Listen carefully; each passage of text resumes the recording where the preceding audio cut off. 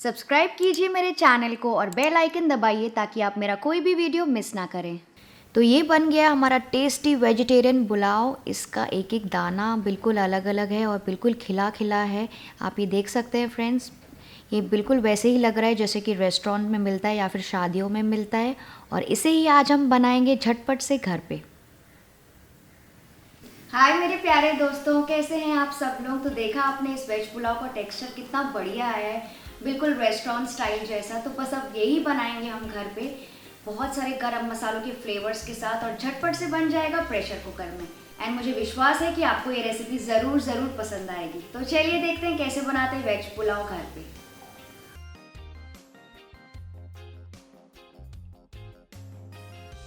झटपट वेज पुलाव बनाने के लिए यहाँ पे मैंने 1.5 कप बासमती चावल लिए हैं, जिसे मैंने सिर्फ आधे घंटे के लिए भिगाया था।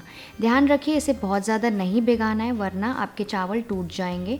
और जो आपके चावलों की क्वालिटी है ना, वो भी बहुत अच्छी होनी चाहिए। तो फ्रेंड्स, अच्छे क्वालिटी का बासमती चावल यूज़ कीजिए अगर आपको ये वेज पुलाव बनाना है बिल्कुल रेस्टोरेंट स्टाइल में। तो एकदम अच्छे वाले लंबे लंबे खिले खिले जो चावल मिलते हैं ना, वही वाले चावल यूज़ कीजिए। अब एक प्रेशर कुकर में 2 टेबलस्पून घी या फिर बटर गरम कर लेंगे। आप चाहें तो तेल यूज़ कर सकते हैं, लेकिन मैं आपको सजेस्ट करूंगी कि आप इस रेसिपी के लिए घी ही यूज़ कीजिए, क्योंकि उसका फ्लेवर बहुत अच्छा आता है इस डिश में। तो मैं यहाँ पे 2 टेबलस्पून घी गरम कर रही हूँ। उससे बहुत ही अच्छा फ्लेवर आता है राइस में और चावल चिपचिपे भी नहीं बनते हैं।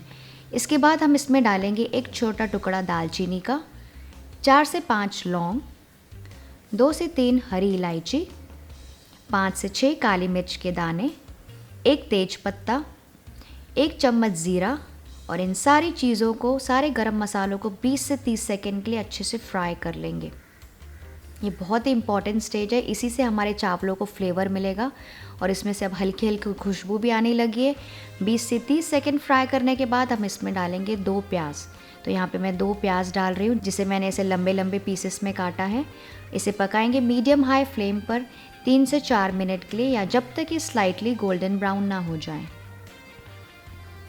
तो जब तक प्याज रंग बदल रहे हैं, इसमें हम डाल देते हैं 2 हरी मिर्ची, जिसको मैंने ऐसे लंबाई में काटा है। और साथ ही मैं डाल रही हूँ 1 टेबलस्पून अदरक लहसुन का पेस्ट। और इसे भी मिक्स करते जाएंगे और प्याज के साथ पकाते जाएंगे, जैसे कि जो भी अदरक लहसुन हम यूज़ कर रहे हैं ना, उसका पूरा कच्चा फ्लेवर निकल जाए। फिर मैं इसमें डाल रही हूँ पनीर के टुकड़े। तो यहाँ पे मैंने पनीर को छोटे छोटे पीसेस में काट लिया है, छोटे छोटे क्यूब्स में। ये लगभग 100 ग्राम पनीर होगा। वैसे आप चाहें तो कम या ज़्यादा जैसे भी यूज़ कर सकते हैं।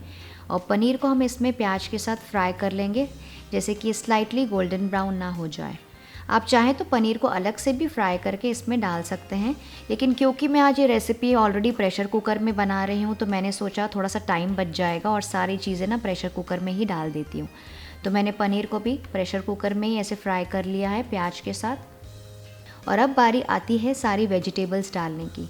तो मैं इसमें डाल रही हूँ 1 आलू ऐसे क्यूब्स में कटा हुआ,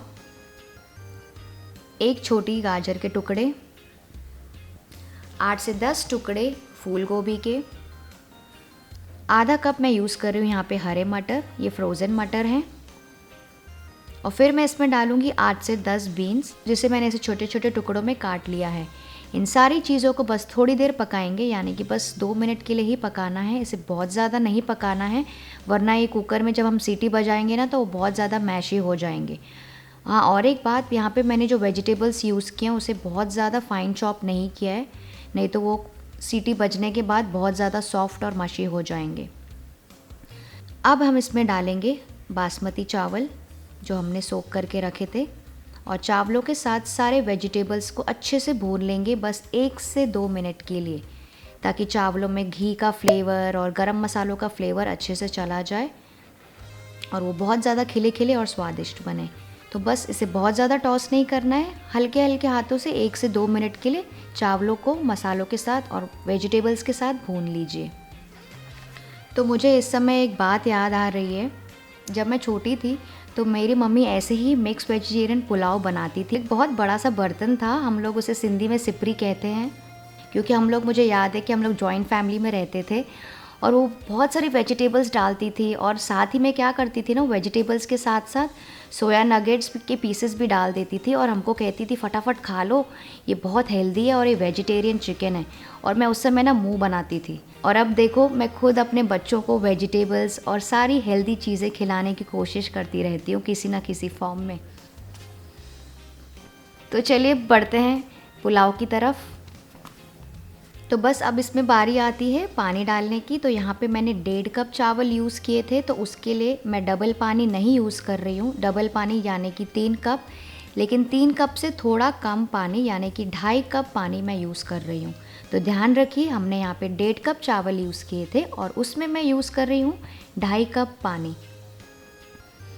फिर इसमें हम डालेंगे नमक। तो यहाँ पे मैंने 1.5 चम्मच ही नमक यूज़ किया है चावलों के हिसाब से, तो आप उस हिसाब से आप डाल सकते हैं नमक कम या ज़्यादा, लेकिन मैं अपने हिसाब से नॉर्मली 1.5 कप चावलों में, बासमती चावलों में 1.5 कप नमक यूज़ करती हूँ। और फिर मैं इसमें डालूँगी 1 चम्मच नींबू का रस, ताकि चावल बिल्कुल चिपचिपे ना बने। और इन सारी चीज़ों को आपस में अच्छे से मिक्स कर लेंगे, हल्का सा बस थोड़ा सा मिक्स कर लेंगे। और अब कुकर का ढक्कन लगा करके इसमें 1 सीटी आने का इंतज़ार करेंगे।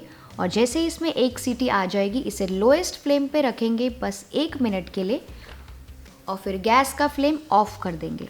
जी हाँ फ्रेंड्स, 1 सीटी बजाएंगे, इसको लो फ्लेम पे रखेंगे 1 मिनट के लिए और गैस का फ्लेम ऑफ कर देंगे। और उसके बाद सीटी का पूरा प्रेशर निकलने का वेट करेंगे। ये देखिए सीटी का पूरा प्रेशर निकल गया है। अब मैं ढक्कन खोल कर चेक करती हूँ। अरे वाह, ये देखिए मेरे चावल कितने बढ़िया तरीके से बन गए हैं, इसका पूरा पानी भी सूख गया है। मैं आपको थोड़ा मिक्स करके भी दिखाती हूँ, तो इसे फोक से थोड़ा मिक्स कर दीजिए, ये देखिए, ताकि चावल टूटे ना। इसका एक एक दाना खिला खिला है और ये बहुत ही बढ़िया खिला खिला पुलाव बना है। बस अब क्या करना है, आपको चाहिए तो इसमें थोड़ा फ्रेश धनिया डालिए अगर आपकी मर्ज़ी है तो, और बस इसे गर्मा गर्म परोसेंगे। तो अब ये तैयार है गर्मा गर्म परोसने के लिए। आप इन्जॉय कीजिए इसको अपनी फैमिली के साथ। ये देखिए, जब मैं आपको परोस के दिखाती हूँ कितना अच्छा बना है वेजिटेरियन पुलाव, इसके सारे कलरफुल वेजिटेबल्स के साथ। इसका पूरा दाना दाना खिला खिला है, इसमें से मुझे इस समय घी की खुशबू भी आ रही है। तो बस मैं तो ये रेसिपी ख़त्म करके तुरंत ही बैठ जाऊँगी खाने। तो फ्रेंड्स, कैसी लगी आपको आज की रेसिपी, मुझे कमेंट करके ज़रूर बताइएगा, ताकि मैं और ऐसी झटपट रेसिपीज़ आपके साथ शेयर कर सकूँ। मैं आपसे मिलती हूँ एक और झटपट रेसिपी के साथ। तब तक के लिए happy cooking and bye bye.